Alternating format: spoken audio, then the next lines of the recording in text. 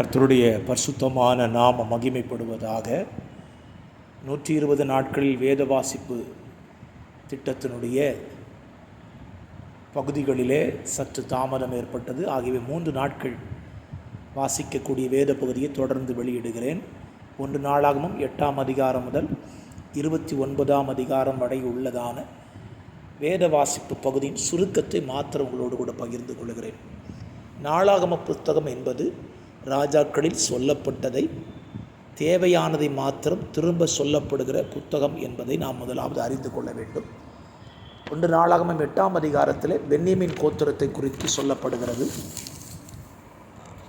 9ஆம் அதிகாரத்தில் இஸ்ரவேல் புத்திரர் அவரவர்கள் தங்கள் பங்கு வீதத்திலே போய் சேருகிறார்கள். 10ஆம் அதிகாரத்தில் பெலிஸ்தர் இஸ்ரவேலுக்கு முன்பதாக முறிந்தோடி பெலிஸ்தர் சவுலையும் அவன் குமாரரையும் நெருங்கி தொடர்ந்து யோனத்தானே அவனுடைய குடும்பம் மரித்து போகிறது. இஸ்ரவேலர் எல்லாரும் தாவீதின் இடத்தில் 11ஆம் அதிகாரத்தில் ராஜாவாக்கும்படி வருகிறார்கள். அவன் முதலாவது யூதாவிலே ராஜாவாகிறான். அதே போல் ஸ்தோத்திரம் தொடர்ந்து அவனுக்கு இருந்ததான ஸ்தோத்திரம் குமாரர்களும் யுத்த வீரர்களை குறித்து 11ஆம் அதிகாரத்தில் எழுதப்பட்டிருக்கிற 12ஆம் அதிகாரத்தில் தாவீதினுடைய பிள்ளைகளை குறித்து எழுதப்படுகிறது. அவனுடைய வம்ச பரம்பரையும் எழுதப்படுகிறது. 13ஆம் அதிகாரத்தில் தாவீது இஸ்ரவேல் ஜனங்களோடு ஆலோசனை பண்ணி தேவனுடைய உடன்படிக்கை பெட்டியை பரிசுத்த ஸ்தலத்துக்கு நகரத்துக்கு கொண்டு வரும்படி ஆயத்தமாகிறதையும் அதில் ஊசா மரித்து போனதினாலே தேவனுடைய பெட்டி சில நாட்கள் கித்தியனாகிய ஓபேதேதோமினுடைய வீட்டில் இருக்கிறதையும் திரும்ப 14ஆம் அதிகாரத்தில் தாவீது அந்த ஸ்தோத்திரம் 14ஆம் அதிகாரத்தில் தீருவின் ராஜாவாகிய ஈராம் தாவீதுக்கு வீட்டை கட்டும்படியாக காரியங்களை செய்கிறான். பெலிஸ்தர் தாவீதோடு யுத்தம் பண்ண வருகிறார்கள். அந்த யுத்தத்திலே கர்த்தர் பெரிய காரியங்களை செய்து தாவீதுக்கு வெற்றியை கொடுக்கிறார். 15ஆம் அதிகாரத்தில் தாவீது தனக்கு ஒரு வீடுகளை உண்டாக்கி தேவனுடைய பெட்டிக்கு ஒரு ஸ்தலத்தை ஆயத்தப்படுத்தி அதற்கு கூடாரம் போடுகிறான். அவன் கூடாரம் போட்டு அந்த ஆலயத்தினுடைய காரியங்களை குறித்தும் அது தேவனுடைய பெட்டியை கொண்டு வந்து வைப்பதற்கு லேவியரையும் அவன் ஆயத்தப்படுத்துகிறான். 16ஆம் அதிகாரத்தில் தேவனுடைய பெட்டியை கொண்டு வந்து சேர்க்கும்படியாக அவன் ஜனங்களை கூட்டி சேர்த்து தேவனை துதித்து தேவனுடைய பாடல்களை பாடி பரிசுத்த நகரத்திற்கு கொண்டு வருவதையும் இந்த 16ஆம் அதிகாரத்தில் சங்கீதமாக அவன் பாடினதான சங்கீதத்தையும் வாசிக்க முடியும். இஸ்ரவேல் ஜனங்களை அவன் ஆசீர்வதிக்கிறான். 17ஆம் அதிகாரத்தில் தாவீதுக்கு இருந்த ஆசை தேவனுக்கு ஒரு ஆலயம் கட்ட வேண்டும் என்று சொல்லுகிறான். கர்த்தர் நாத்தானுக்கு தரிசனமாகி நான் உனக்கு நிலையான வீட்டை கட்டுவேன், உன்னுடைய கற்பற்பரப்பாக இருப்பவன் எனக்கு ஆலயத்தை கட்டுவான் என்று சொல்லி வாக்கு கொடுக்கிறார்.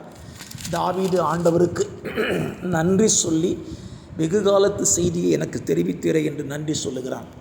18ஆம் அதிகாரத்தில் தாவீது பெலிஸ்தரை முறியடித்து கீழ்ப்படுத்துகிறான், மோவாபியரை முறியடிக்கிறான். தாவீது பெரிய வெற்றியை அந்த அதிகாரத்தில் பெறுவதை குறித்தும் அவனுக்கு இருந்த மந்திரிகளை குறித்தும் அந்த அதிகாரத்தில் சொல்லப்பட்டிருக்கிறது. 19ஆம் அதிகாரத்தில் நாகாஸ் மரித்து அவன் குமாரன் ராஜா ஆன பொழுது அவனுக்கு ஆறுதல் சொல்லும்படி அனுப்பி வைத்தான். ஆனால் ஆறுதல் சொல்லும்படி போன ஜனங்கள் அவர்களை துன்புறுத்தினதினாலே தாவீது அவர்களையும் மடங்கடித்து அவர்களிடத்திலிருந்து பெரிய வெற்றியை பெற்றுக்கொள்ளுகிறான். சீரியர் முறிந்தோடி போகிறார்கள். 20ஆம் அதிகாரத்தில் ராஜாக்கள் யுத்தத்து புறப்படுகிற காலத்தில் யோவாப் ரப்பாவை முறியடித்து சங்கரிக்கிறான். தாவீது அதை திரும்ப பெற்றுக்கொள்கிறான். தாவீதுக்கு இருந்த சேவகர்கள் தாவீதுக்கு உதவியாக இருந்து அநேகரை பெலிஸ்தர்களை கொன்று போடுவதை குறித்து சொல்லப்பட்டிருக்கிறது.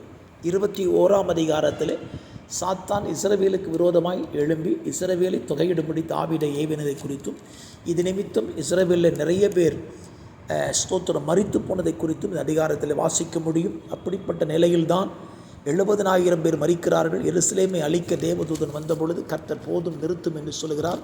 தாவீது தேவனுடைய சமூகத்தில் அழுகிறான், நான் அல்லவா பாவம் செய்தேன் என்று சொன்ன பொழுது கர்த்தர் மனமிறங்குகிறார். தாவீதுக்கு பலிபீடம் கட்டி கர்த்தரை தொழுது கொள்கிறான். 22ஆம் அதிகாரத்திலே தாவீது எருசலேம் தேவாலயம் கட்டுவதற்கு தேவையான கேதுரு மரங்களை, இரும்பை, பொன்னை, வெண்கலத்தை சவதரித்து தன்னுடைய மகனாகிய சாலமோனுக்கு அவன் சேர்த்து வைக்கும்படியான காரியத்தை செய்கிறான். 23ஆம் அதிகாரத்தில் தாவீது கிழவன் பூரண வயதுள்ளவனமானபொழுது அவனுக்கு இருந்ததான இஸ்ரவேலின் பிரபுக்களை ஆசாரிகளின் காரியங்களை குறித்து இந்த 23ஆம் அதிகாரத்தில் மிக தெளிவாக எழுதப்பட்டிருக்கிறது. ஸ்தோத்திரம். 24ஆம் அதிகாரத்திலும் அதனுடைய தொடர்ச்சியை ஆரோனின் புத்திரரை குறித்தும், 25ஆம் அதிகாரம் தேவனை துதிக்கும்படியாக ஏற்படுத்துகிற கூட்டத்தை குறித்தும், 26ஆம் அதிகாரம் ஸ்தோத்திர வாசல் காக்கிறவருடைய கோராகின் புத்திரருடைய கூட்டத்தை குறித்தும் இந்த அதிகாரத்தில் எழுதப்பட்டிருக்கிறது. 27ஆம் அதிகாரத்தில் ஸ்தோத்திர தேவாலயத்துக்கு சம்பந்தப்பட்டதான காரியங்களை குறித்து திரும்பவும் 27ஆம் அதிகாரத்திலே அவன் எழுதுகிறான்.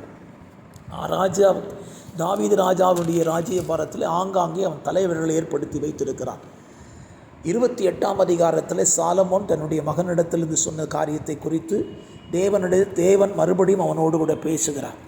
ஆகவே இந்த ஆலயத்தினுடைய காரியம் எப்படி செய்ய வேண்டும், எப்படி கட்ட வேண்டும் என்கிற மாதிரியையும் கர்த்தர் தாவீதுக்கு கர்த்தருடைய கரத்தினாலே எழுதி கொடுக்கப்பட்டது என்றான். ஸ்தோத்திரம். இப்படியாக தேவனுடைய ஆலயம் கட்டக்கூடிய காரியங்களை தாவீது சபதரித்து அதை ஒழுங்கு பண்ணி வைக்கிறான். 29ஆம் அதிகாரத்தில் தாவீதுக்கு கிடைத்த ஆசீர்வாதங்களுக்கு அவன் சொல்லுகிற நன்றி கடன், கர்த்தருடைய கரத்திலே ஜனங்கள் உற்சாகமாய் வாங்கினார்கள் என்பதை குறித்து அவன் சொல்லுகிறான்.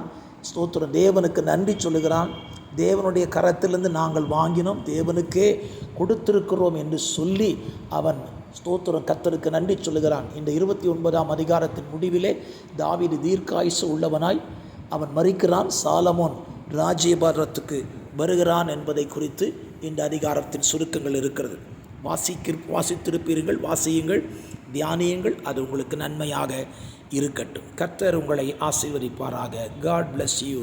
ஆமென்.